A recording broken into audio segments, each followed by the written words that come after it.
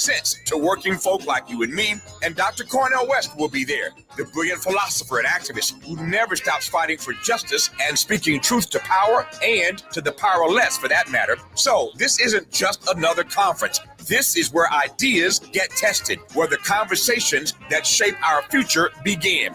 Multiple plenary sessions, dynamic speakers, real talk about the issues that impact our communities, and then some good food and a live band. Saturday, October 25th, LA Trade Tech, Left Coast Forum. The event is free and open to the public, but you must register at our KBLA1580.com website, where you can also peep the plenary topics. The future belongs to those who show up and engage. So don't just think about change, be part of the conversation that creates it.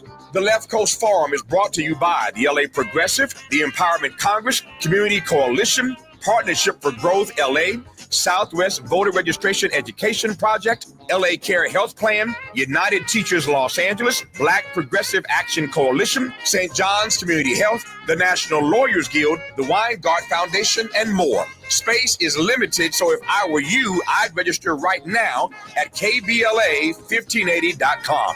Your voice matters, your presence matters. We'll see you there. Like this. Keep on. Never say die. Keep on. Like this. Keep on. Never say die. Keep on. Like this. Never say die. Never say die. Keep on. Never say die. Like this.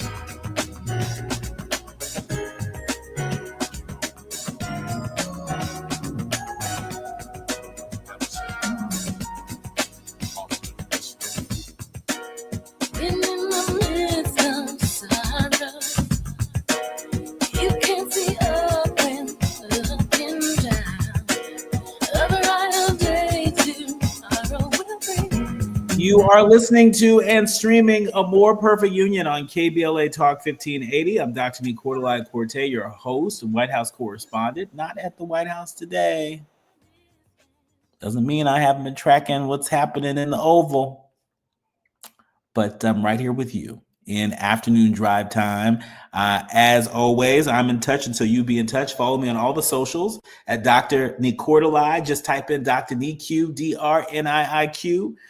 And there I am, fresh for you to follow. Also, be sure to download the KBLA app to listen to us live or on demand, or just tell Alexa, play KBLA Talk 1580. And boom, there you have it. Last but not least, subscribe to A More Perfect Union podcast. That way you'll never miss an episode. Now, look, we got a few church announcements, if you will. Number one, we got the Left Coast Forum that's happening in Los Angeles, October 25th. Mark your calendars. It's all going down at LA Trade Tech. And be there, be square. A number of progressive leaders on the front lines are going to be there. And there's going to be some good old-fashioned organizing work that's afoot there. You're also going to hear keynote addresses from folks like Dr. Cornel West and Richard Wolff. And so much more. And so just go to KBLA1580.com to register. That's KBLA1580.com. Go there. You can register for free. Every show we remind people, do what you can from where you are with what you have. Well, you get to tap in and learn what so many other leaders are doing, where you can be a part of the change that you want to see. All right. And so KBLA1580.com to register. And while you are on your computer or your device, I implore you to check out what I believe will be a hit movie streaming on Hulu. It's called Stay. And it is a supernatural thriller. It is the work of my high school best friend, Jazz Summers. This is his writing and directorial debut. We're all super excited. In fact, after this show today, I'll be headed to the premiere of his movie, and I couldn't be more thrilled. I've seen it. It's great, and I hope that you too will see it. I am not typically a fan of scary movies. I mean, I'll watch them here and there, but I don't like seek them out. Some people are really into it. I'm not that into it, but I'm into this film, and I have a feeling you're going to be into it as well. And so it will be available to stream on Hulu starting October 8th. That's tomorrow. And so set whatever calendar, whatever reminder, whatever alarm you have, because we want to make sure we're supporting Jazz Summers, this young brother, Black writer, Black director. You only get one chance to have a first, and this is his. And so we're here to support. All right. Now it's time for your national news roundup. It's time for you to decide the good, bad, and ugly headlines of the day. And kicking us off, the election is just right around the corner. Well, at least this year, but next year's election isn't far off either. Voting is underway in California on the new maps that could swing the U.S. House control and check Trump's power. The Associated Press is reporting that the midterm elections might be a year away, but the fight for control over the U.S. House is underway right now here in California. If you didn't know, now you know. Voting has opened statewide. It opened on Monday, in fact, on whether to dramatically reshape California's congressional districts to add as many as 5 Democrat-held seats in Congress, a possible offset to President Trump's move in Texas and elsewhere to help Republicans in the 2026 election. The outcome of the 70-word yes or no question could determine which party wins control of the closely divided House and whether Democrats will be able to blunt Trump's power in the second half of his term on issues from immigration to reproductive rights. The proposal is, quote, a starting point for the 2026 race. It's according to Democratic consultant Roger Salazar. 2026 is the whole ballgame. And so a lot of folks paying extra close attention to this. The national implications of California's ballot measures are clear in both the money it's attracted and the figures getting involved. Tens of millions of dollars are flowing into the race, including $5 million donation to opponents from the Congressional Leadership Fund, the super PAC tied to House Speaker Mike Johnson, former action movie star and Republican Governor Arnold Schwarzenegger has spoken out to oppose it, while former President Barack Obama is in favor, calling it a smart approach to counter Republican maneuvering aimed at safeguarding House control. And so it's going down here in California. Make your voting plan. There should be no excuse for not voting in time for this November's election. You can go to iwillvote.com, and create your voting plan. If you are fed up with what is happening in our country, if you are fed up with what is happening in the city and county of Los Angeles, in the state of California, right? This is your opportunity. Don't be walking around face tight, mouth tight, because your money doesn't go as far as it used to go, because your friends and neighbors are living in fear because of these mass deportations and federal law enforcement patrolling your community. Don't walk around like you have no agency. I think it was Alice Walker, the author of The Color Purple, who reminded us that the fastest way we give away our power is by first believing that we have none. And you better believe we're going to remind you on this show and on this platform from now through Election Day of the agency that you have, the power that you have to send this country in a different direction. If you don't like it, you get to do something about it. And as long as we have that right, call me crazy, I think we ought to use it. Moving along,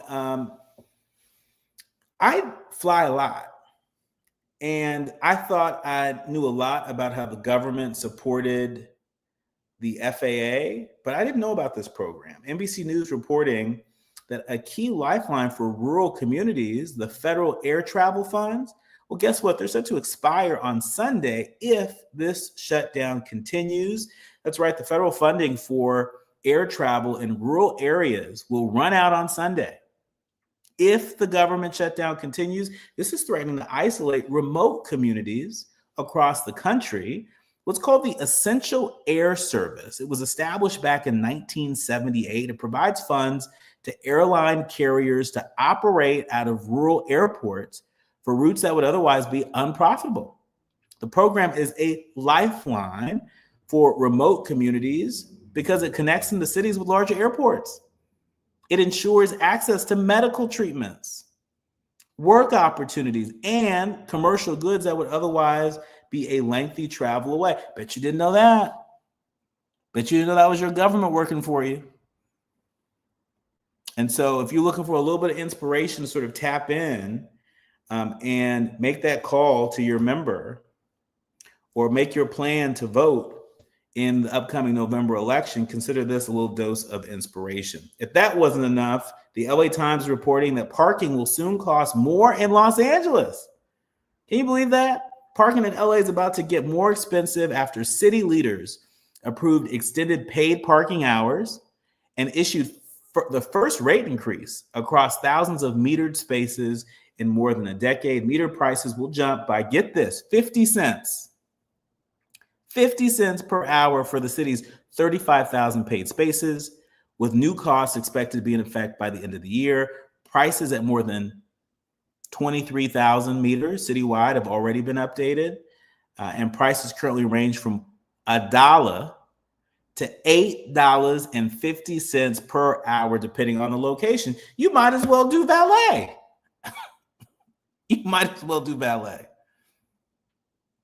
As Brother Andy has mentioned, they really want folks on public transportation. Is that it? Is that what they want? Or do they just want people to reroute their direct deposit straight to the city of Los Angeles? I don't know. When we come forward, we're switching gears, taking a jaunt around the world with our international affairs contributor, Desiree Cormier-Smith. It's not lost on us that today is October 7th. It is the anniversary of that deadly attack in Israel now a couple years ago. But here we are at one of the low points in diplomacy, how the Israel-Gaza conflict was mishandled. We're going to talk about that and more when we come forward. You're listening to and streaming A More Perfect Union on KBLA Talk 1580. You're listening to A More Perfect Union on KBLA Talk 1580. We've got a lot to talk about. Is reviewing life insurance on your to-do list? Now's the perfect time to add it. A friend recently told me that securing life insurance sooner rather than later can help you lock in lower rates for years to come. So I bumped this up on my list and got it done. I called SelectQuote and couldn't believe how easy and affordable life insurance is. I'm 40 and got a $500,000 policy for $16 a month. My husband's also 40 and his $500,000 policy was only $18 a month. Plus, with SelectQuote's same-day coverage, there was no medical exam required, and we were covered by the time we hung up. Knowing I have this checked off my list feels amazing, but the peace of mind knowing my family is protected feels even better. Call SelectQuote at 1-800-729-7070. That's 1-800-729-7070. Or go to SelectQuote.com to get your free quote today. That's 1-800-729-7070. Details on example rate at SelectQuote.com. KBLA Talk 1580. We've got a lot to talk about. KBLA Talk 1580, connecting you with services and solutions. The Autopsy Initiative provides a second autopsy free of charge for victims' families who have lost their loved ones due to a police-related death. The services offered through the initiative include the completion of a second autopsy, disclosure of preliminary findings, and a final autopsy report. A police-related death is when an individual is harmed by police officers using deadly force, which results in an individual's death. Police-related death includes in-custody deaths, including those that arise during contact with law enforcement officers during arrest, pursuit, booking, transport, or incarceration. The Autopsy Initiative has a team of board-certified pathologists on call. An autopsy request may be completed by anyone with a close relationship with the victim, which may include the victim's spouse, partner, relative, close friend, or lawyer. To request a free second autopsy for a victim of police violence, please visit knowyourrightscamp.com. That's knowyourrightscamp.com. Then click on Autopsy, then click on Request. At KBLA, we believe in justice for victims of police violence. We say their names, and we don't black down. This is a community call to action from KBLA Talk 1580. Hey there, Los Angeles. This is James Lucky Jr., publisher and editor of Los Angeles News Observer. Are you hungry for news that matters to you in the African-American communities of Los Angeles? Well, buckle up, because we got the scoop you've been craving. Stay in the know and never miss a beat with our free weekly publications conveniently available near you. Or hop on the digital wave and become an exclusive subscriber at OGNSC.com. Don't forget to join the party on Instagram and Twitter at OGNSCINC for behind-the-scenes access and sizzling updates. No more FOMO. Let's stay informed, connected, and empowered together. We have no permanent friends or permanent enemies. Only permanent interests as we effort to build a more perfect union. You are listening to and streaming A More Perfect Union on KBLA Talk 1580. I'm Dr. Nii-Quartelai Quartey, and delighted to welcome back to the show my friend and our international affairs contributor, Desiree Cormier-Smith. She's the co-founder of the Alliance for Diplomacy and Justice. She's also a former special representative on racial justice and diplomacy at the U.S. State Department, and she is joining us live from Alabama. What you doing in Alabama? Hello from Montgomery, Alabama. It's good to be back. I am here as part of a delegation of U.S. and German scholars, historians, academics, activists, policymakers to examine how we preserve our critical history. So this is the second part of the trip. The first part of the trip happened earlier this year. We went to Germany and we went to sites of remembrance for the victims of the Holocaust. We went to the former Nazi headquarters. We went to sites all across Germany as it pertained to the Nazis and the Holocaust. And we examined how the Germans are acknowledging the painful and ugly parts of their history. And now it's time for us to see how the United States is doing. And our German counterparts came here, and it's been a heavy trip. It's been a really heavy trip. I'm in Montgomery now, but earlier today I was in Atlanta, and we went to Stone Mountain, which is the largest Confederate monument in the entire world. And as a descendant of enslaved people, it was really hurtful, infuriating, heavy to see how much money the state of Georgia spends to upkeep the largest monument of Confederate history in the world. And just to give you guys the numbers, because it truly blew my mind, the state of Georgia spends about $2.5 million a year to maintain Stone Mountain Park. The state of Georgia spends about $500,000, so $500,000, to commemorate Dr. Martin Luther King Jr. That's, I mean, I'm not the best at math, but that's about a 1-to-5 ratio. Mm-hmm. And you know what they say, show me your budget and I'll tell you what you value. That's right. So it was really heavy today. And I will say one of the things that shocked me the most and infuriated me the most about Stone Mountain was the fact that they had a quote from Booker T. Washington. Mm. Mm. As a part of these inspirational quotes on the monument to kind of justify the lost cause of the Confederacy. That's And nasty word. it, That's nasty word. it is real nasty. So they took a quote from Booker T. Washington that essentially said that the Negro should also learn to not only write poetry, but to till the land. And for them to pervert a quote from Booker T. Washington to justify the cause of the Confederacy, which was the enslavement of Black people, of Africans and their descendants stolen from Africa, just infuriated me to a degree I wasn't prepared for. Mm. So I want to give a shout out to the local activists in Georgia that have been working for years to get this monument changed, to stop the resources, taxpayer resources from the state of Georgia to go towards the glorification of the Confederacy. And the organization that we met with is called Stone Mountain Action Coalition. And I would just urge everybody to check out the work that they're doing and support them. Because, you know, in 2020, after the murder of George Floyd, there was a lot of lip service, I'd say, to the removal of Confederate statues and monuments. And I'm not that's not me taking away from the successes we did have, because over 100 across the country were removed. But Stone Mountain is by far the biggest. And that work continues even if you don't see it in the headlines every day. So that's what I'm doing here in Alabama. And we're going to be visiting the Equal Justice Initiative tomorrow and the Legacy Museum, and looking at other sites of memory.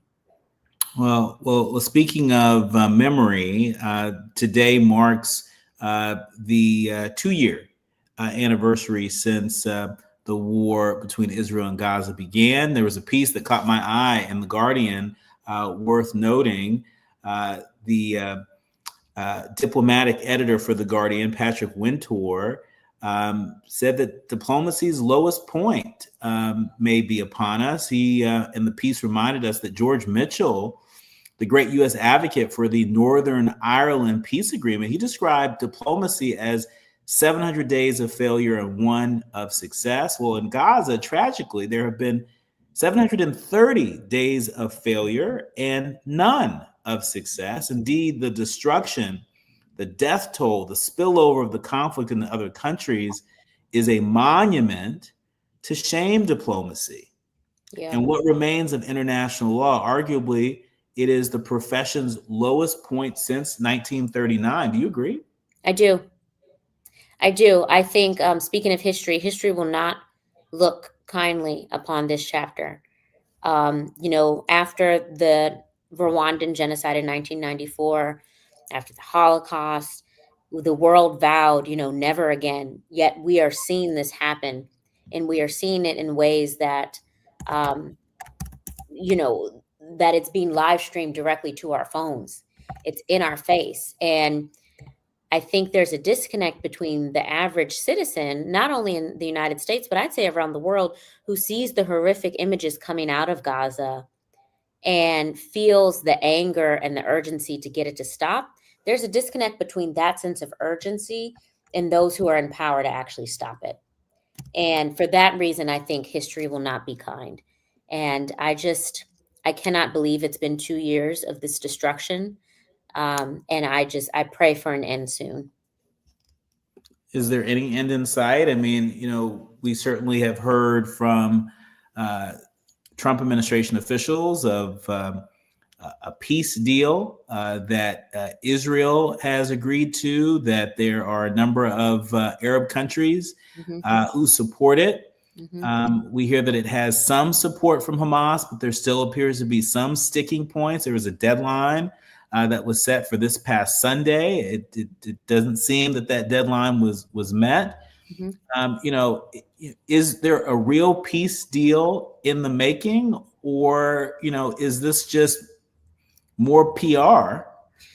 Well, as our Muslim brothers and sisters would say, inshallah, right? God willing that this is real this time. I think there's a couple of key factors that are different now that give me a little bit of hope. One, it sounds like Trump is actually fed up with Netanyahu's games and kind of prolonging of this war.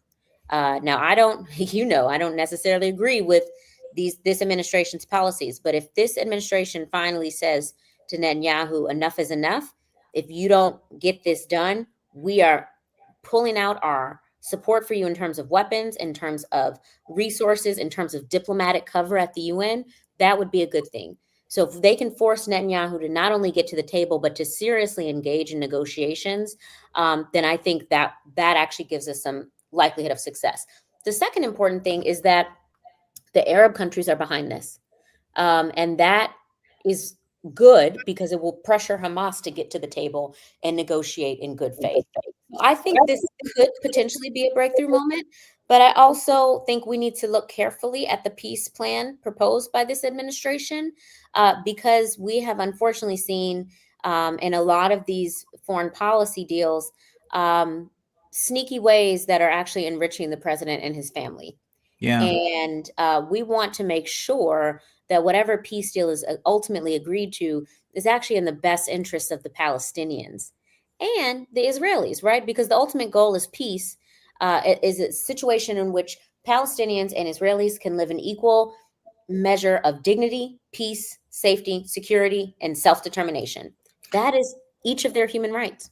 Well, when we come forward, speaking of self-determination, we want to switch gears and talk about Africa and how a dead U.S. trade deal is pushing Africa further into China's orbit. I'm talking about the African Growth and Opportunity Act.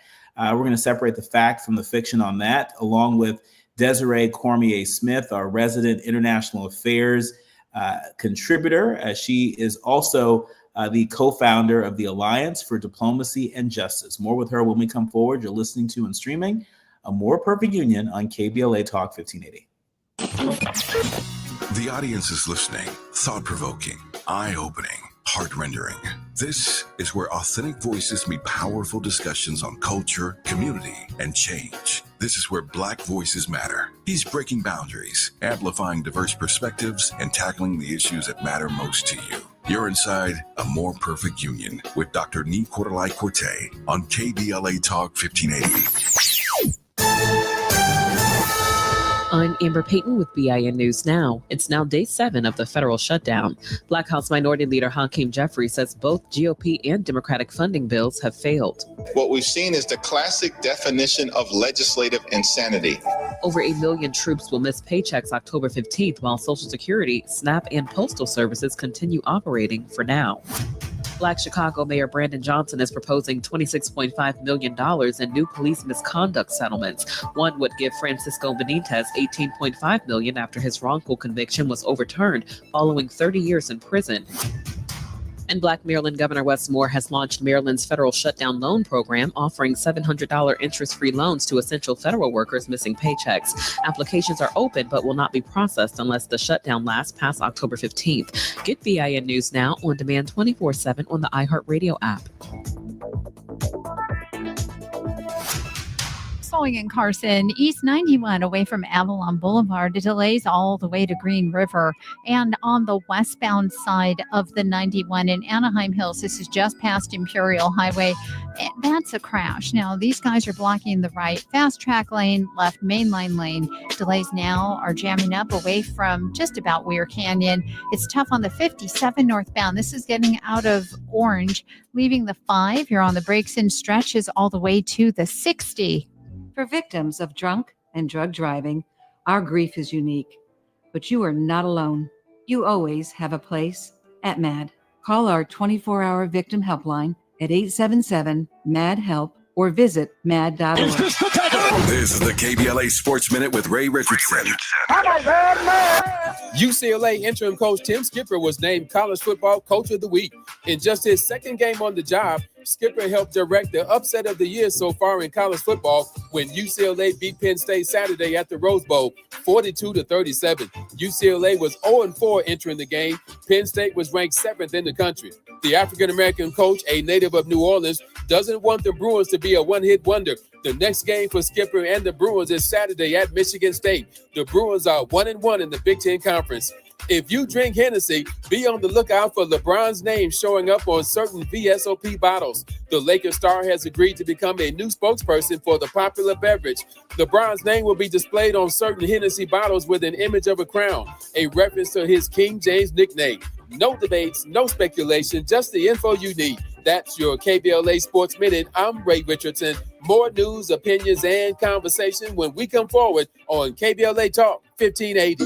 Hello, KBLA delegation. Tavis Smiley here. On Saturday, October 25th, LA Trade Tech becomes the epicenter of ideas that matter. The Left Coast Forum is bringing together voices that challenge, inspire, and illuminate with keynote presentations from people like noted economist Richard Wolff, the man who breaks down capitalism in ways that make sense to working folk like you and me, and Dr. Cornel West will be there, the brilliant philosopher and activist who never stops fighting for justice and speaking truth to power and to the powerless for that matter. So this isn't just another conference. This is where ideas get tested, where the conversations that shape our future begin. Multiple plenary sessions, dynamic speakers, real talk about the issues that impact our communities, and then some good food and a live band. Saturday, October 25th, LA Trade Tech, Left Coast Forum. The event is free and open to the public, but you must register at our KBLA1580.com website, where you can also peep the plenary topics. The future belongs to those who show up and engage. So don't just think about change, be part of the conversation that creates it. The Left Coast Forum is brought to you by the LA Progressive, the Empowerment Congress, Community Coalition, Partnership for Growth LA, Southwest Voter Registration Education Project, LA Care Health Plan, United Teachers Los Angeles, Black Progressive Action Coalition, St. John's Community Health, the National Lawyers Guild, the Weingart Foundation, and more. Space is limited, so if I were you, I'd register right now at KBLA1580.com. Your voice matters, your presence matters. We'll see you there. September is World Alzheimer's Month, a time to shine a light on a public health crisis that deeply impacts Black families. 1 in 5 Black adults ages 70 and older is living with Alzheimer's disease, or AD, and the risk is twice as high compared to white adults. But AD isn't just forgetting a name or losing track of time. Signs of early AD could be repeating questions, missing appointments, or struggling with bills and daily tasks. These things aren't a normal part of aging. Here's the good news. Treatments are available that may help if AD is diagnosed early. If you notice changes in memory or daily routines, whether in yourself or a loved one, don't wait. Early diagnosis and intervention are key to managing AD effectively. To learn more about AD and a potential treatment option, visit treatalsearly.com. That's treatalzearly.com to learn more about the signs and symptoms and a potential treatment option. This message is brought to you by AZI. National News The Consequence. Informed opinion and analysis beyond the headlines. You're listening to A More Perfect Union on KBLA Talk 1580. You are listening to and streaming A More Perfect Union on KBLA Talk 1580. Joining us live from Alabama, Montgomery, Alabama, Desiree Cormier-Smith, our international affairs contributor. She's also the co-founder of the Alliance for Diplomacy and Justice. She is former special representative for racial justice and diplomacy at the U.S. State Department. Oh my gosh, somebody find a museum. Some sort of artifact that reminds us that existed once upon a time at the U.S. State Department. That's okay. We're gonna hold on to what was, and there will come another time where we revisit roles like that. Make no mistake about it. We're gonna have to reimagine. The future. There's no going back to what was. Right. And I think it's important that our leaders, learners, and listeners really come to terms with this. That's right. We ain't going back. We can only go forward. And that means we've got to reimagine some things. We've got to, in fact, practice some radical imagination, dare I say, radical from what is afoot right now.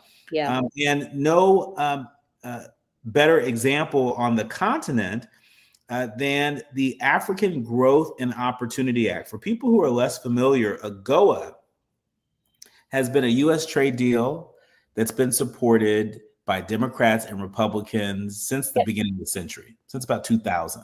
Yep, since 2000. And it's been renewed again and again and again. Last I checked, it was set to expire the end of September. Yep. And so there is no trade agreement in place. And, you know, don't get me wrong, there are critics of AGOA. And there are critiques that are valid. You know, I don't think that was the best agreement, particularly for our African partners. I think it narrowly benefited U.S. companies over companies on the continent, but it was a starting point. So talk to us about how dead this U.S. trade deal is and how it's pushing Africa further into China's orbit. Yeah. So as you noted, AGOA since 2000 has had bipartisan support. This has sort of been the cornerstone of U.S. Africa trade policy. And it allowed African nations stable access to one of the world's largest consumer markets, the United States. And in doing so, again, it was not perfect, but in doing so, it did allow some countries to build up their manufacturing sectors, build up and boost employment, which is critical because Africa has the largest number of the youngest population, right? The largest number of young people in the world. And so without jobs, those young people are going to fall into despair. So AGOA in some sense helped countries build up industries, create employment opportunities, and boost their economic growth. As you said, AGOA was not perfect, but you don't just pull the plug. You don't just end it, right? And particularly, you don't end it when you've told your African partners that you were in support of a one-year extension, which is what this administration did. So this administration had been telling African leaders that they were going to support a one-year extension of AGOA, probably as a transition period. That's reasonable, but that's not what happened. They instead allowed it to just expire on September 30th, and now we assume there's not going to be an extension. Yeah, I mean, and the result is economic uncertainty for businesses. It's expected to take a toll on a number of countries, including Kenya and South Africa, Madagascar, just to name a few. These are countries whose textile and apparel industries rely heavily on U.S. markets. And under AGOA, it's worth noting that Kenya has been able to produce clothing for major U.S. brands like Levi and Wrangler, allowing Kenya to compete more effectively with Asian exporters like Bangladesh and Vietnam. And for the tiny southern nation of Lesotho, 45% of exports go to the U.S. the U.S. and garments making 80% of the shipments. And so people are going to obviously feel this. Yeah. When it comes to the retail industry, but what other industries are also going to feel the impact of this trade deal, this U.S.-Africa trade deal expiring? Yeah, well, in South Africa, to give you one example, the poultry industry is going to feel this, right? This could really devastate the poultry industry, which is one of their largest industries in the agricultural sector. They also send a lot of produce here, specifically citrus. And if they can no longer have access to the U.S. market, and again, without any kind of transition period or give them time to adjust and find new markets, this is going to devastate folks. And it could result in a lot of waste, right? A lot of crops and a lot of exports that are going to expire because they can no longer access the market that just a month ago they were destined to, but now they don't have a new market. And I also think it's important to contrast this with China's approach. China dropped all tariffs for African countries in June. Mm-hmm. You think that was a coincidence? Mm-mm. No. Nope, not at all. So I just don't get how this administration can say in one breath that their goal is to counter China, but then in the other breath make moves like this that clearly cede ground and influence to China. Mm-hmm. Just doesn't make sense. So then what does that mean for U.S.-based businesses that have benefited from the African Growth and Opportunity Act, AGOA? What does this mean for U.S. businesses, and not just big businesses, but I'm thinking about those small businesses, where import export, has been a part of how they have scaled their business, how they've grown their business over time. Are they just supposed to turn to Asian countries to be almost a go-between, getting the products that we're getting from Africa? That is a good question. And that kind of uncertainty is the private sector's worst nightmare, right? The private sector businesses, and particularly small businesses, they like certainty. They like stability so that they can make long-term decisions. What the sort of abrupt ending of AGOA has done has created a lot of uncertainty. And that is going to harm small businesses the most, because they, unlike the big businesses like Coca-Cola, Ford, et cetera, they are not going to be able to absorb major losses that this is going to bring. And so what I fear is that the most vulnerable are going to be the hardest hit, as they always are. Yeah. Moving from the motherland to Pakistan, the Times of India reporting that Pakistan has sent the first shipment of critical minerals to the United States. Folks might remember about a month ago, there was a $500 million partnership that was sealed between the United States and Pakistan.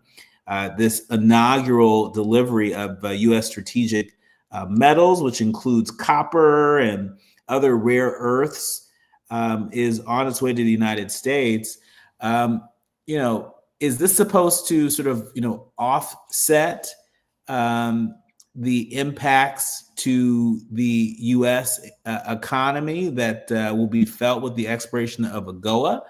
I mean, I'm just trying to, make sense out of this foreign policy where we're ceding ground, to your point, in Africa to the Chinese, but we're making friends with Pakistan to get their rare earths over there. Make it make sense.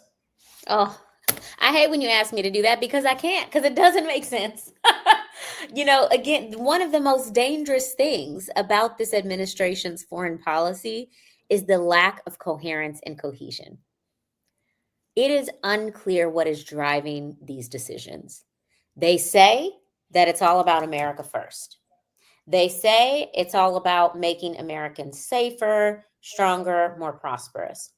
Yet I cannot connect the dots between these policy decisions, and in many cases, like real abrupt about faces, and how that is making any of us safer, stronger, or more prosperous.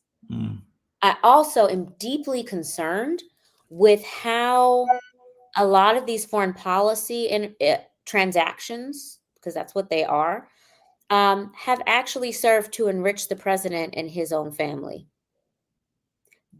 That part. How is that okay? Why isn't Congress doing anything about it? Why aren't Republicans saying anything about it? Why aren't Democrats shouting from the roof about this? To your point, Desiree, I actually wonder, are there members of Congress that are also benefiting from it? We know that there are a number of members of Congress that have gotten rich over many years, doing, this is, my words, not anything official, but, it's sort of an inside trading situation where there is information that members of Congress have that the public doesn't. And in some cases, the public will never have. Yep. That is instructive to how they develop their investment portfolios, for example, right? And so to your point, it makes me wonder, if there's evidence that the Trump family has benefited, I wonder how much benefit has been spread across members of Congress. And is that a part of why they're not, calling out, some of the unethical decisions that are being made when it comes to foreign policy and investments? And you and I have worked for organizations over the years that are nonpartisan, and I'm sure you've had to fill out your ethics declarations, as have I, right? Yes. And as you know, it's not just about covering any unethical behavior, unethical decision making, but it's also the appearance of. That's right. The appearance of. That's and right. So even if we take the president and the administration at their word, there's no funny business going on, there definitely is the appearance of, right? Which in any, setting, any normal setting, folks will go above and beyond to present evidence that substantiates their claim that, hey, there's nothing to see here, right? Yep. It's called transparency. Yep. And we haven't seen nearly enough of that. No. But you know what? What people do in November, not just this November in places like California and Virginia and New Jersey and New York City, but what folks do during the next several elections, can move this country in a direction of being more and not less transparent, particularly in Washington, D.C.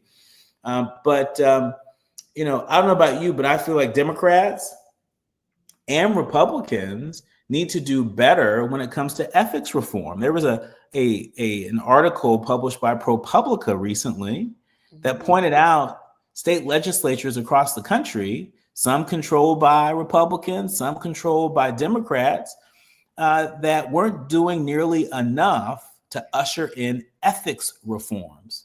That has nothing to do with President Trump. Right. Yeah. I mean, electeds are there to serve the public. And when that becomes to become in doubt because you don't know who's sliding them a bag of money, who's giving them something on the side, then you begin to question the motives of their decisions. Mm-hmm. People get bags of money in kava bags when they're in between gigs. Mm-hmm. We'll have to leave it there. My thanks to Desiree Corbier Smith. She's the co-founder of the Alliance for Diplomacy and Justice. She's our international affairs contributor, and you can clearly see why. When we come forward, it's time for the quiet part out loud. How TikTok is keeping its users scrolling for hours a day. We're gonna unlock how and why that's happening, because there's power in knowing. You're listening to and streaming A More Perfect Union on KBLA Talk 1580. Thank you, Desiree. Striving to make America a nation as good as its promise. This is A More Perfect Union on KBLA Talk 1580. We've got a lot to talk about. We ask seniors how to prevent Medicare scams. My best advice, if you get a phone call, do not talk to the person. These people are well trained. Don't talk to them. They don't know me. They're just trying to scam me. Don't be fooled. Hang up. Just hang up. Never give out your Medicare number. They're going to get your number to put in a false claim. If I get a call from someone, I don't pick up the phone. And should I pick up the phone and they ask for information, then I hang up. How do you detect Medicare fraud? Just like I check my credit card statements, I check my Medicare statements monthly. Scammers can get a hold of your number, order medical devices through your account, and you're not even going to know about it if you don't look at your statement. Check your statement every month. If you get your statement and you see something that you know you did not have done, you report it. Call your senior Medicare Patrol. To report Medicare fraud, call the Senior Medicare Patrol at 855-613-7080. KBLA Talk 1580. We've got a lot to talk about. KBLA Talk 1580 reminds you that we keep us safe. Every girl deserves a chance to shine. That's the belief behind Forgiving for Living, Inc. Since 1999, this organization has been empowering at-risk girls ages 13 to 18, helping them overcome behavioral and mental health challenges. Founder Wendy Gladney's personal journey inspired the mission to give girls hope and purpose through the power of forgiveness. Through their ambassador program, workshops, and annual conference, Forgiving for Living has touched over 3,000 young lives, providing mentoring, life skills, training, and tools for building self-esteem and confidence. You can make a difference. Visit forgivingforliving.org to donate, volunteer, become a mentor, or find help for a young girl in need. Forgiving for Living, Inc., building brighter futures for young girls. Visit forgivingforliving.org today. This is a community call to action from KBLA Talk 1580.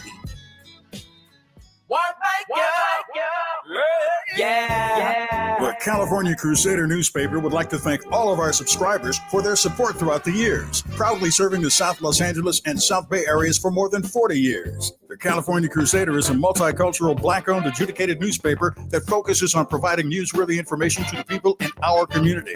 We're constantly looking for ways to assist businesses in our community to connect with our subscribers. We provide low-cost, effective ways to promote your business with our reasonable and affordable advertising rates. You can participate by suggesting, sharing, and submitting your stories on the California Crusader newspaper Community Share Facebook, or visit our website at cal-cruise-news.com. That's calcruisenews.com.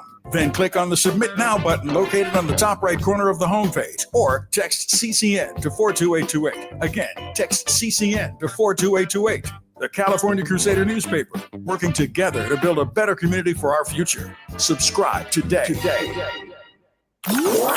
Notable journalists, industry leaders, lawmakers, change makers, tastemakers, and you, working to build a more perfect union on KBLA Talk 1580. You are listening to and streaming A More Perfect Union on KBLA Talk 1580. I'm Dr. Nii-Quartelai Quartey, and it's time for the quiet part out loud. I saw this headline in the Washington Post, had to share it with you, on how TikTok is keeping its users scrolling for hours a day. In this piece, they talk about John Freelick, who's a 51-year-old operations manager right here in California. He described his TikTok behavior as, quotes, an addiction. He said, quotes, I've never smoked or used drugs, so I don't know what chemical addiction feels like, but I feel like I'm addicted to TikTok. That's what he said. His daily watch time on the app increased by more than 50% last year. He went on to say that there are times when I know I should stop scrolling and get work done or go to sleep, but it's hard to stop, knowing that the next swipe might bring me a truly interesting video. You see, that's how TikTok draws people in, with an algorithm that serves up endless streams of hyper personalized content to users such as Freelick. But TikTok, it's massive, it's fragmented, millions of Americans, in fact, a third of US adults, they're pulled into a nearly infinite variety of niche corners by recommendation systems that we don't know much about, but makes it difficult to understand how the constant scroll affects real people. And so it's worth noting that according to TikTok's internal documents revealed as a part of a multi-state lawsuit against the company, it takes just 260 videos, which could be as quick as 35 minutes, to form a habit on the app. At the beginning of an experiment that the folks over the Washington Post did, the lighter users were already spending more than half an hour a day on average scrolling through and watching these videos. But after just a week, their daily watch time jumped by more than 40%, from 32 to 45 minutes. The power users' watch time dipped by 10%, from 4.5 to 4.1 hours on average. And after a week of scrolling, these lighter users opened the app more frequently each day. Both the lighter and the power users also appear to swipe through videos faster, with the time between swipes decreasing slightly. And so, you know what my big takeaway is from this story? Watch the clock. Watch the clock. It doesn't cost anything. Set a little timer so that, you're not there just sort of endlessly scrolling. Yes, it can be addictive. I mean, I think separate and apart from TikTok, when you're watching Netflix, when you're watching Hulu, and they just jump to the next episode, that sucks me in every time. So I get it. But consider this a PSA for us to watch the clock. Watch the clock. Don't just sit there swiping your life away. You got books to read, you got people to talk to, and you got a more perfect union to tap into each and every day. We'll have to leave it there. My thanks to the village that helps us produce a more perfect union each and every day. Our executive producer, Tavis Smiley, our sound engineer, Brother Andy, our show producers, Faraji Muhammad, Art Sears, and Journey Burris, and of course, each and every one of you, our leaders, learners, and listeners. We thank you. We curate the show every day with you in mind. Just a programming note, you may want to tap in on Thursday, October 9th. I'll be filling in for Tavis Smiley. I'll be guest hosting the Tavis Smiley Show, available here on KBLA and stations across the country. I'm looking forward to conversations with a number of leaders on the front lines and folks who are shaping our culture. And so set your alarm clock for that. And in the meantime, do what you can from where you are with what you have, but by all means, do something. I'm Dr. Nii-Quartelai Quartey. You've been listening to and streaming A More Perfect Union on KBLA Talk 1580.